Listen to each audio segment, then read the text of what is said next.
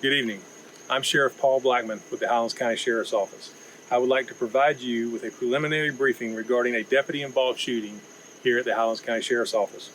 This evening, September 24th, at approximately 9:17 p.m., deputies responded to 9133 Markland Lane, Sebring, Highlands County.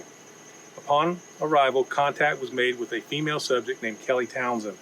Deputies were interviewing Ms. Townsend inside her residence regarding an active warrant for her arrest. During this interview, it was suspected a second subject named Matthew Nocerino, who also had an arrest warrant, was present at the home as well.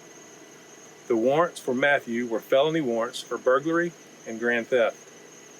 While interviewing Ms. Townsend, Matthew Nocerino was seen walking through the residence. The deputies gave Matthew the order to stop and come to them. Matthew started running away from the deputies through the house, and the deputies gave chase. One of the deputies fired his issued taser, striking Matthew in his left hip and waist area. Matthew continued to flee, running into what is described as a bedroom. Once inside the bedroom, Matthew produced a handgun, firing and striking a deputy in his ballistic vest.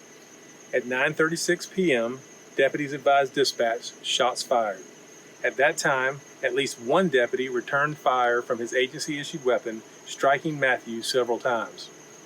Emergency medical services responded to the scene at 9:44 p.m., and Matthew was pronounced deceased.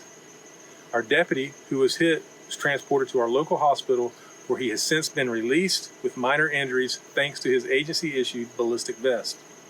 Those deputies involved were relieved at the scene and placed on administrative leave per policy, pending an independent investigation which will be conducted by the Florida Department of Law Enforcement as well as the State Attorney's Office.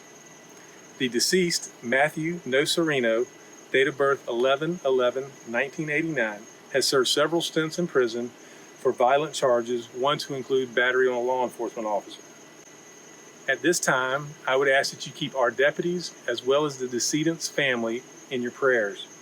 Again, what I have reported is preliminary, based strictly upon evidence that we currently have access to. This information could change as the investigation continues. Thank you.